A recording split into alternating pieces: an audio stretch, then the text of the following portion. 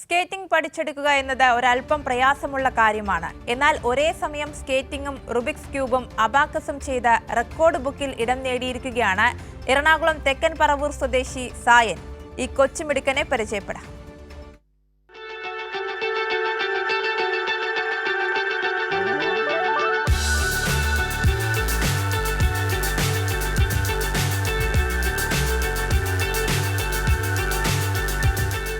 Roller സ്കേറ്റിംഗിനോടൊപ്പം 15 വരികൾ ഉൾപ്പെടുന്ന അബാക്കസും Rubik's ക്യൂബും ഒരേ സമയം പൂർത്തിയാക്കിയാണ് സായൻ റെക്കോർഡ് ബുക്കിൽ ഇടം നേടിയത്. ഒരേ സമയം ഇരു കൈകളും കാലുകളും ഒപ്പം മനസ്സും പ്രവർത്തിക്കുക എന്നത് അല്പം പ്രയാസം തന്നെയാണ്. 7, 3.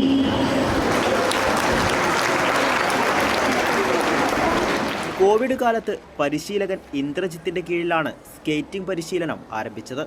യൂട്യൂബ് നോക്കി റുബിക്സ് ക്യൂബും ബ്രെയിനോ ബ്രെയിനിൽ അബാക്കസും വശത്താക്കി. റുബിക്സ് ക്യൂബും സ്കേറ്റിങ്ങും ചെയ്തിട്ടുണ്ടാവും, പക്ഷേ അബാക്കസും റുബിക്സ് ക്യൂബും സ്കേറ്റിംഗ് കൂടി ഒരു വെറൈറ്റി ഐറ്റം ആയിട്ടാണ് ചെയ്തേക്കുന്നത്.